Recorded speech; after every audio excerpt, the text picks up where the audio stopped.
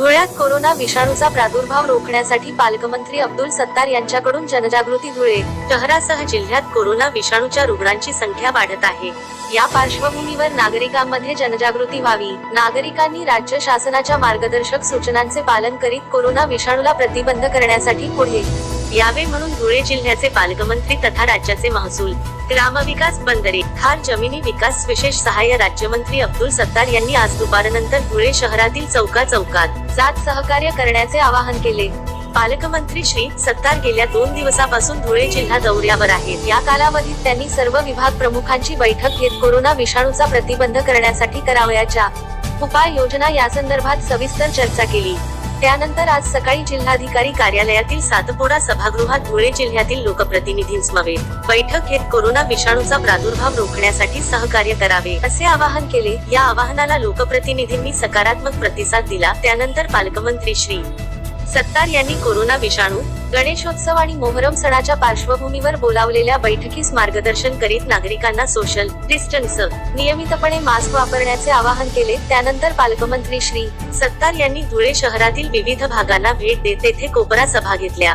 यावेळी त्यांनी नागरिकांना कोरोना विषाणू पासून घ्यावयाची काळजी या विषयावर मार्गदर्शन केले. तसेच नागरिकांनी अनावश्यक गर्दी टाळावी, नियमितपणे मास्क वापरावा, सोशल डिस्टन्स ठेवावे, हात वेळोवेळी साबणाने स्वच्छ धुवावेत, तसेच राज्य शासनाच्या मार्गदर्शक सूचनांचे पालन करावे असे आवाहन केले. नागरिक जेवढ्या प्रमाणात सहकार्य करतील तेवढ्या प्रमाणात कोरोना विषाणूला प्रतिबंध करण्यासाठी मदत होईल असेही त्यांनी सांगितले. पालकमंत्री श्री सत्तार यांनी तिरंगा चौक, गांधी पुतळा, 100 फुटी रोड, दत्त मंदिर चौक येथे कॉर्नर सभा घेत नागरिकांमध्ये जनजागृती केली. यावेळी आमदार डॉ. फारुख शाह, आमदार मंजुळाताई गावित, जिल्हाधिकारी संजय यादव, पोलीस अधीक्षक चिन्मय पंडित आदी उपस्थित होते.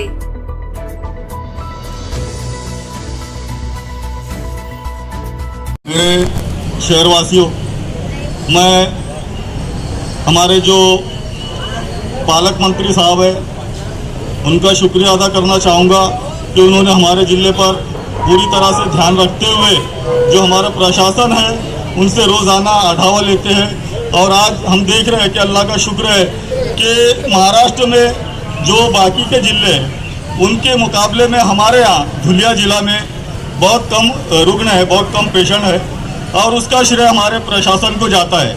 हमारे जिलाधिकारी साहब, हमारे एसपी साहब, हमारे कमिश्नर साहब और बाकी जो डॉक्टर्स है, ये लोगों ने काफ़ी मेहनत की है।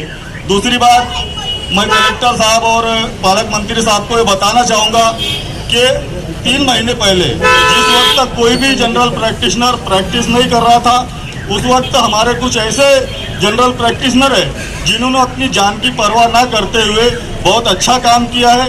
और मैं साहब से, पालक मंत्री साहब से गुजारिश करूंगा कि वो कुछ बातें बोलकर उनका सम्मान करें। और मैं पूरे शहरवासियों का शुक्रिया अदा करना चाहता हूं कि पिछले जो 4 महीनों में जो भी त्यौहार आए, चाहे वो किसी भी धर्म के हो, चाहे बाबा साहब अम्बेडकर की जयंती हो, चाहे हमारी दही हंडी हो, गणेशोत्सव हो, ईद हो या बकरीद हो, हमारे सभी लोगों ने बहुत ही सादगी से मनाया है। और आगे भी आप लोग इसी तरह से प्रशासन की पूरी मदद करेंगे, पूरा सहकार्य करेंगे, ऐसी उम्मीद करता हूं। और आप लोगों से गुजारिश करना चाहता हूं कि यहाँ पर बहुत तकरारें आ रही है कि जो हमारा मुस्लिम इलाका है वहाँ के लोग मास्क नहीं लगाते हैं और सोशल डिस्टेंसिंग का पालन नहीं करते हैं। मैं आप लोगों से गुजारिश करूंगा कि आप लोग मास्क लगाएं और हमारे और हमारे परिवार की रक्षा करें। इतना कहते हुए अपने 2 शब्द खत्म कर। अभी आमदार साहब ने किया वही मैं करूंगा कि मास्क पहनिए, सोशल डिस्टेंसिंग का पालन कीजिए। अभी तक हम लोग इससे बाहर नहीं निकले हैं और ये कोई मजहब से रिलेटेड कुछ भी है। कभी अभी सुनते हैं कि मुस्लिम एरिया में लोग नहीं पहनते, हिंदू एरिया में पहनते नहीं पहनते, तो ऐसा कुछ नहीं है। जैसे रमजान में राम है तो दिवाली में अली है, उसी तरह से मैं एक शेर सुनाऊंगा सर आपकी परमिशन से। एक किताब घर में रखे गीता और कुरान, एक किताब घर में रखे गीता और कुरान, सभी आपस में लड़ते नहीं और जो आपस में लड़ते हैं वो सभी इन्हें पढ़ते हैं। तो ऐसे इस धुलिया शहर का ये जो माहौल है, मैं जब से आया हूँ 6 महीने हुए अभी, बहुत अच्छी तरह से सभी लोगों ने मुझे साथ दिया है और कायदा और सुव्यवस्था मेंटेन करने में सर के मार्गदर्शन में जिलाधिकारी साहब के साथ में हम लोग ने ये प्रयास किया है। अभी हम लोग 6,000 पे हैं। 6,000 से आगे हमें बढ़ना नहीं, 7,000 पे, 7,000 से आगे नहीं बढ़ना, अभी कम होना है हमें। तो उसके लिए हम सबकी जिम्मेदारी है कि पूरी तरह से ये सरकार के जो नियम है उसका पालन करें और इस दुनिया को जो है हम लोग दुनिया महाराष्ट्र इस देश को कोरोना मुक्त करेंगे। धन्यवाद। कह रहे थे आपने भी एक शेर कहना चाहिए, तो शेर तो नहीं, लेकिन मैं कहूँगा कि मैं शायर तो नहीं मगर है ऐसी, जब से देखा मैंने तुझसे मैं शायर बन गया, तो जैसे दुनिया में आया हूँ तो थोड़ी बहुत शायरी में जरूर सीख लूंगा था। तो ये इस मौके पर एक बात को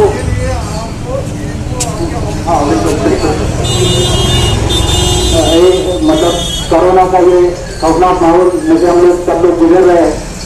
मैं एक बात यहाँ पे सबके ध्यान में लाना चाहता हूँ कि मेरे रहने साइड से आपके सबके चलते आमदार साहब है, फारूक साहब है और गार्डियन मिनिस्टर साहब है, ये अपना अपना दर्द बाजू में रख के 2 दिन हुए हैं हम अपने पालक मंत्री महोदय के बड़े भाई साहब उनका इंतकाल हुआ है, वो सब काम बुला के आज आप सबके बीच में बता रहे हैं।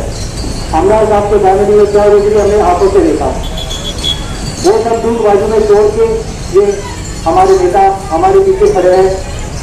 जो भी मदद हमको लगती है प्रशासन में हमारे पीछे खड़े हैं, हमको पूरा सपोर्ट उससे मिल रहा है।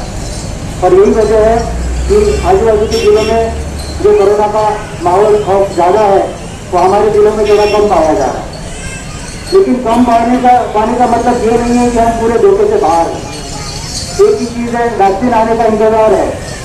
वैक्सीन आ जाएगी सब ठीक हो जाएगा, लेकिन जब तक वैक्सीन नहीं आती है अपना ये मास्क की अपनी वैक्सीन है जो आपको बचा के रखेगी। तो सभी भाइयों से बहनों से बच्चों से गुजारिश है, विनती है इस मौके पर मैं करना चाहूँगा कि सोशल डिस्टेंसिंग बनाए रखें और ये मास्क पहने।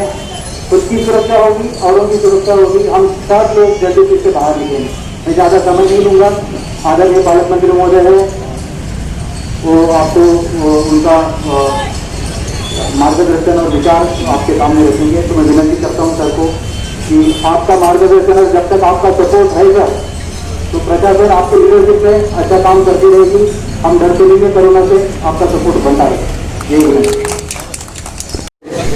हरदिल अजीज आमदार फारूक शाह साहब, हमारी बहन आमदार मंजुलाताई गावित, इस जिला के लोकप्रिय और न्याय व्यवस्था में जिन्होंने एक सक्षम भूमिका निभाई, ऐसे हमारे जिला अधिकारी संजय यादव साहब और आपके एसपी साहब के बारे में जितना कुछ बोला रहे हैं उतना कम है।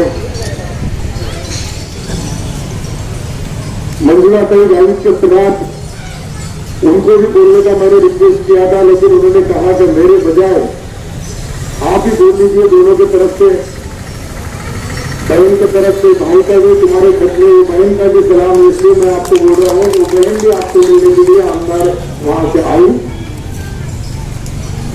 यहाँ अपने पुलिस अधीक्षक उद्योग साहब भी मौजूद है और हमारे जो यहाँ के आयुक्त है इन मानों में उनको भी अपने लफ्जों में, अपने शब्दों में, अपने कुछ चीजें आपको बोलना थी, लेकिन उनको जब वो आभार मानेंगे तब एक काम में 2 काम कर लेंगे। तो ऐसा है कि जल्दी ये 2 प्रोग्राम है और काफरा भी दिन रहा है, अगर वो डूब गया तो फिर अंधेरा हो जाएगा और अंधेरे में उजाले में लोग गाड़ियों के नीचे आ रहे हैं।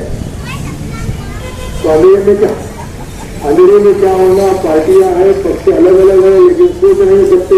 रात में मैं भी यहाँ आया हूँ, मेरा मकसद एक ही है। मेरी कुछ यहाँ के जो हमारे शहर में एमआईएम के अध्यक्ष मुंशी हसन, डॉक्टर सत्याश अंसारी जी है, डॉक्टर जयंत साहब है, डॉक्टर दिलीप पवार साहब है, दीपक जी नाइक है, वीरेंद्र जी गिराते हैं, रमेश जी जैन है। इस तरह के सभी लोगों ने अपना महत्वपूर्ण योगदान इस कोरोना में समाज के अलग अलग एरियो में, अलग अलग भागों में, अलग अलग विभागों में दिया है। मैं उनका तहे दिल से शुक्रिया अदा करूंगा।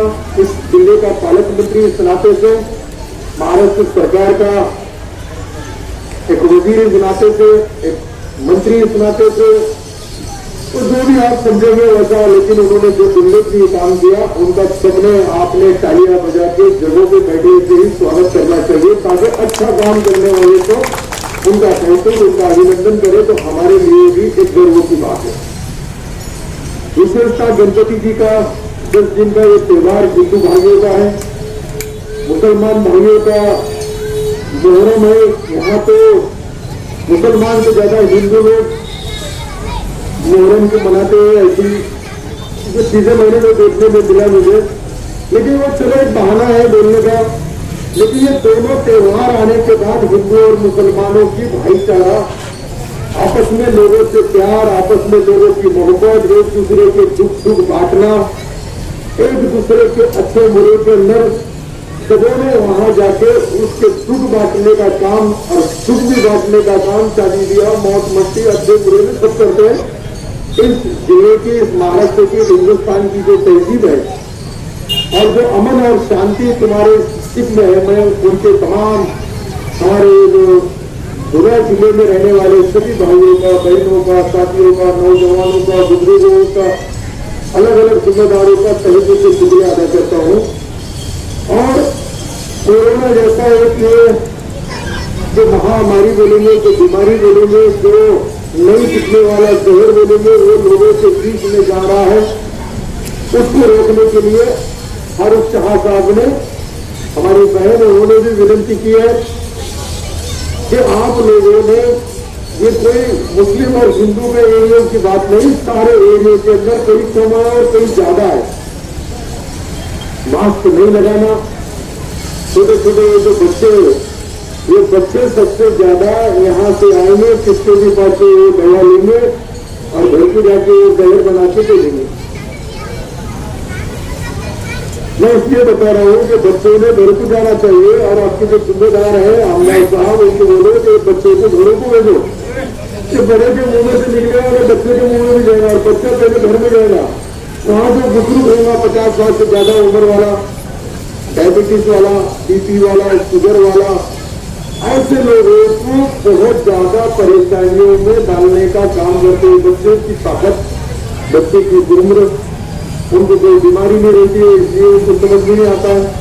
लेकिन वो कभी ये महीने में जाते हैं, कभी ये बस्ती में जाते हैं, कभी वो बस्ती में जाते हैं, वहां उनको भी मालूम नहीं कि ये कितना जहरीली चीज है, ये नहीं दिखने वाला पॉइजन है। इस पॉइजन को हमसे अगर दूर रखना होगा तो हमारे सभी तमाम जिम्मेदारों से, आम आदमी से, शहरवासियों से, छोटे से बड़े से, सबका मैं एक भाई, उनका साथी, उनका एक दोस्त, उनका एक, जिस तरह से आप है उस तरह से मैं भी हूं। तो मैं आपको गुजारिश करने, रिक्वेस्ट करने, विनती करने के लिए आया हूं कि आप सोशल डिस्टेंस का पालन करें। सरकार ने जो कानून में जो भी नियम बनाए हैं, तो केंद्र सरकार के होंगे, महाराष्ट्र सरकार के होंगे, वो सारे नियमों का पालन करें।